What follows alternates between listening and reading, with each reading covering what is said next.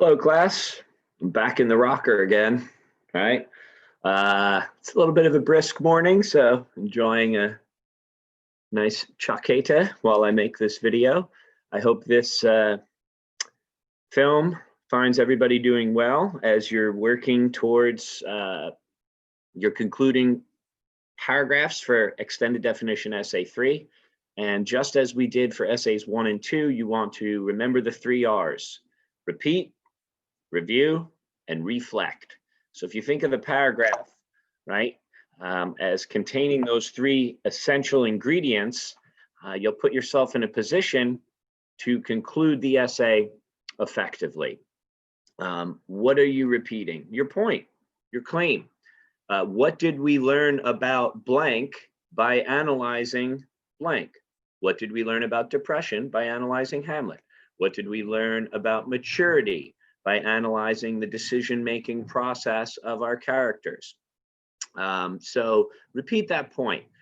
Remind your readers of the importance of the extended definition of your abstract term.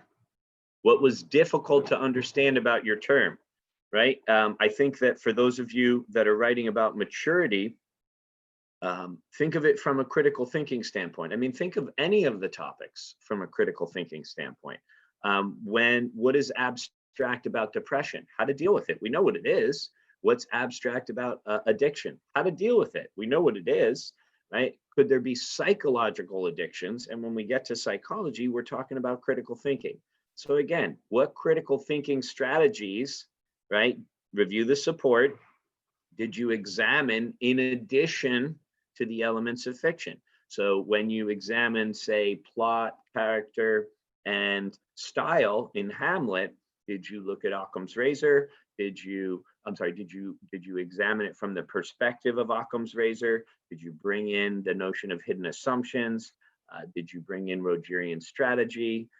Did you bring in dialectical thinking? So the critical thinking strategies, as well as the elements of fiction, review that support. And last but not least, reflect on the prompt. Remember, from day one, our first reading in reading and writing about literature, right, specifically says when we read literature, we learn about life. And when we write about literature, we learn about life in relation to ourselves and our culture and our society. So what do we learn about the human experience?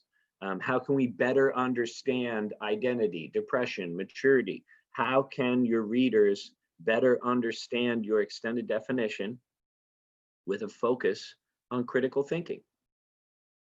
So I hope this video helps. And if you want some more ideas with regard to the conclusion, right? And I'll put the link here, the OWL Purdue, yet again, a wonderful online resource to use for any aspects of essay composition. They do a really nice job of publishing all their tools and sharing their advice on the conclusion, right? After moving from general to specific in the intro and body paragraphs, your conclusion should begin pulling back more general information that restates the main points of your argument. Again, I'd like to think it's cool to remember the 3 R's. I came up with that one day in the classroom, but I'm just kind of reiterating, there's an R word, what everybody else has said. So they say, restate your topic, restate your thesis, address opposing viewpoints, and explain why your readers should align with your position, right? Reflect. Call for action and overview future research possibilities. Again, reflect. Do we need more research on depression, on addiction from a psychological standpoint? Do we need to incorporate more philosophical counseling and critical thinking strategies to better understand the abstractness of our issues?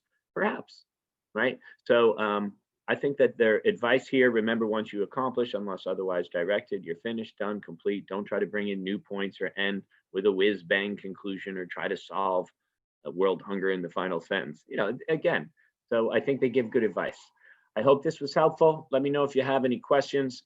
And again, remember the office hours. Remember my work cell phone is on all day. Feel free to get in touch. Adios.